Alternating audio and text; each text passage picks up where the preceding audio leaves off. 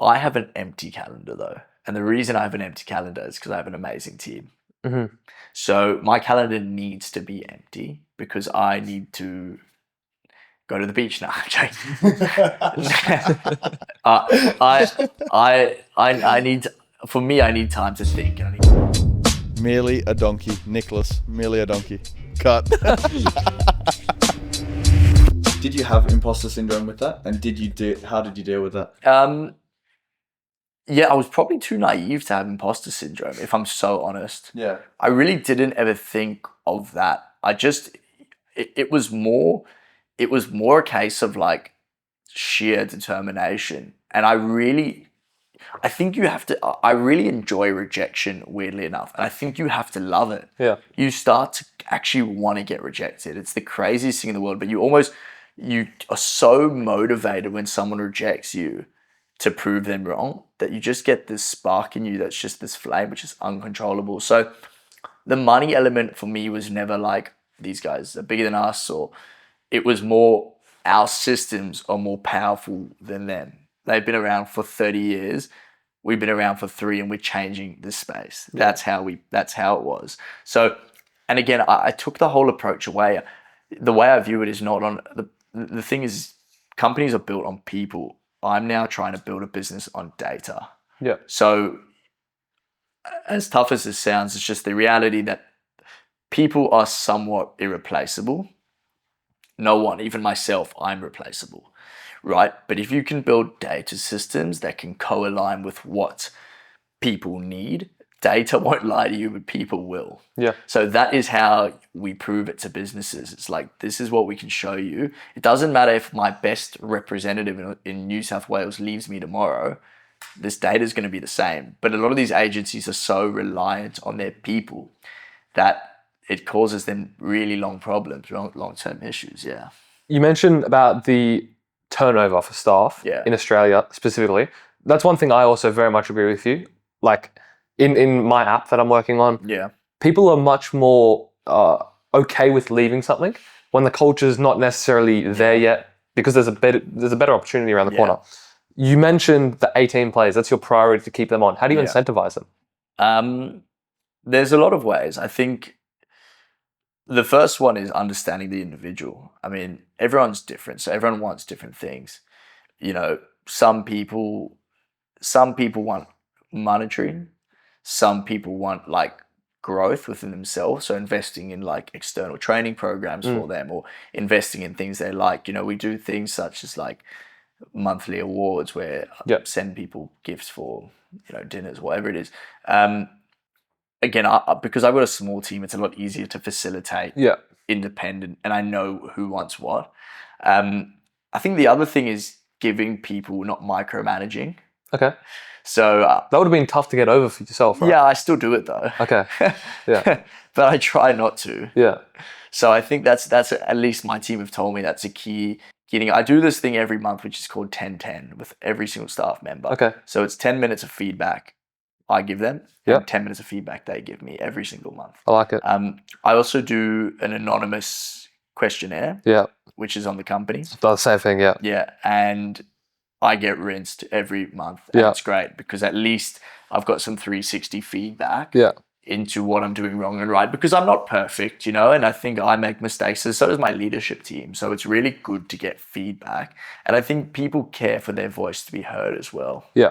So that's a really big thing. I mean, one of the big things in the Philippines is most of the time, and again, I say this with a grain of salt because I don't know, I'm not using any primary example, but at least the staff that we have in a lot of the companies they've worked for, their voice is almost like silenced. It's just that culture there where it's very hierarchical, whereas we very much want everyone's opinion. I don't care if you're like our lowest paid. Money doesn't even matter. What your position is the better way to say it. Like, your opinion is so important, and that is a way to create people value, I guess, as well. Yeah.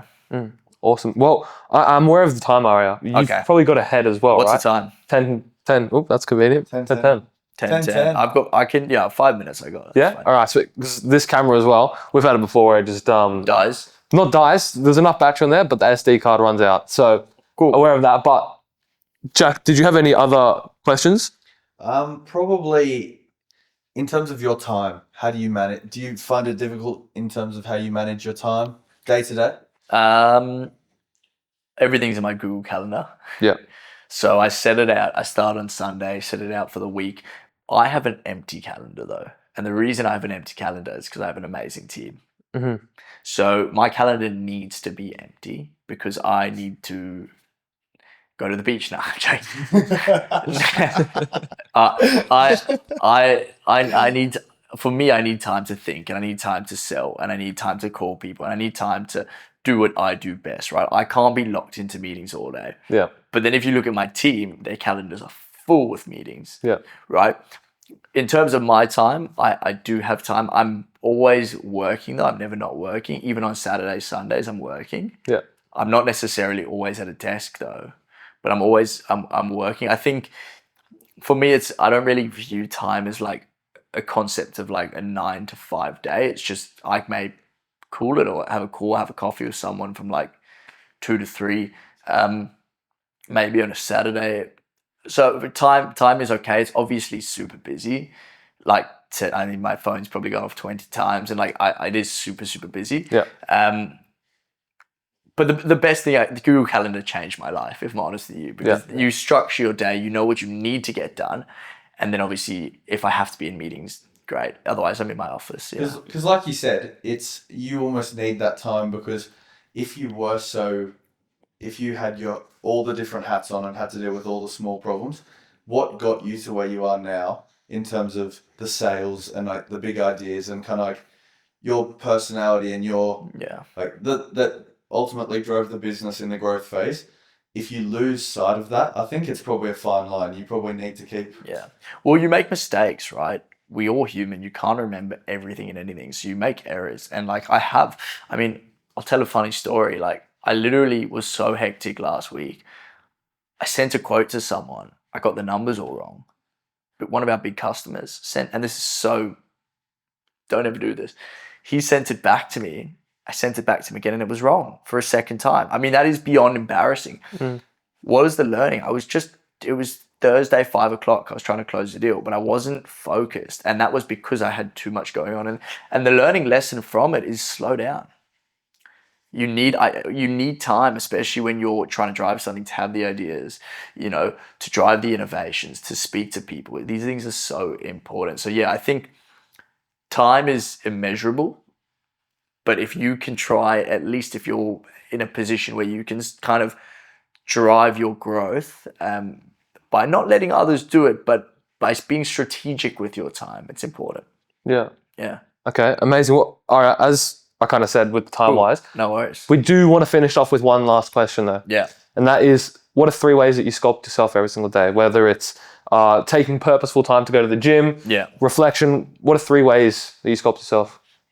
Yeah, so gym, I train at the Yard Double Bay CrossFit. Yeah. So I listen to a lot of podcasts. I think that's like the best way of learning. Podcasts are huge. 1.5 speed. There was this guy, mentor of mine, Troy Truen. He got a podcast called Grow a Small Business. I love it. Speaks to like-minded individuals. And a lot of the times we hear podcasts of people that are the top of their game, but not small business owners trying to drive. So you almost can't relate to these. Yeah. But this is very much Australian, day-to-day, driving businesses, real. And the third way is family time. I think that's important. Yeah. Amazing. Cool. All right. Great to do this with you. Awesome. I really appreciate it. It was a great pod. Thanks so much. Thank you for coming on. Cheers. Thank you, bro. Thanks. That was cool. Yeah. Awesome stuff. Very nice. Awesome Cheers, stuff. bro. We'll That grab was great. the mic off.